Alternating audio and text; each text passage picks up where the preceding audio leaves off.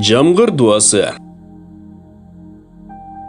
Көлі, өзен дайрасы жоқ жерлерде, жамгыр жаубай қалған учурларда, таладагы эгин-тегин, мал жандыктар, ал тургай адамдар өздөрү да жашоо менен өлүмдүн ортосунда аргасыз абалда калышат. Мына ушундай оор кырдаалда мусулман эли тээ илгертеден бери эле бардык чараларды көргөн соң талаага чыгып, чексиз кудуреттүү жараткан Аллах Таалага жалынып жалбарып дуа кылып келишкен. Жамгыр дуасы мына ошол учурда кылынган дуа. Жамгыр дуасына чыгуу истиска деп айтылат. Жамгыр дуасын кылуу үчүн амир башчы же анын өкүлү жамаатка имам болуп 2 рекет намаз окуса болот.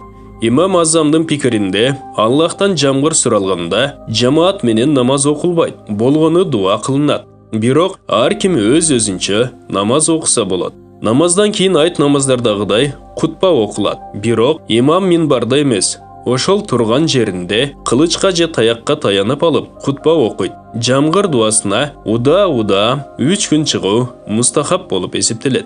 Жамгыр дуасына чыгаарда жупуну, бирок таза кийимдерди кийүү керек. Жамгыр дуасы шаардын же айылдын чет жакасында ачык, түз жерлерде кылынат. Бала чака, мал жандыктарды козу торбоктору менен кошо алып чыгуу дурус.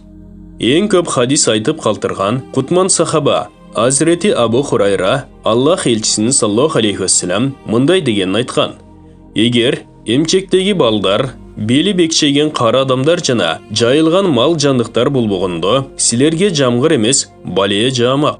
Андан соң жаш балдарды, козу торпокторду, кулун тайлактарды энелеринен 1 саамга алыс кармоо керек. Ошол учурда аксакалдар жаратканга жалбарып дуа кылышы зарыл. Ал жердеги эл анын дуасын коштоп, «Омин» деп дуанын кабыл болушун Аллахтан тилеши керек. Мунун баары тең Аллах Тааланын ырайымына баш калкалап, жамгыр жаадырышын сурануу үчүн кылынат. Жамгыр дуасында Азирети пайгамбарыбыздан саллаллаху алейхи вассалам калган дуаларды кылуу абзел. Бул дуалардан бирөөсү мындай дуа: О жараткан Аллахым, бизге жеңилдик бергин, бейпилдик тартуулаган, мол пайдалуу, бүт жерди суугара турган берекелүү жамгыр жаадыра көр. О жараткан, бизге жамгыр жаадыра көр. Бизди үмүттөрүн үзгөн пенделериңден кыла көрбө. О жараткан Аллахым, бул жер пенделериң жана жандуу жансыздарың абдан кыйналып турат. Аларга сенден башка эч ким жардам бере албайт. О жараткан, эгин-тегинибизди өстүрүп, мал жандыктарыбыздын эмчегинен сүт чыгара көр. Бизге асмандан береке, жамгырыңды жаадыра көр. Бизге жердин берекесинен пайдаланта көр.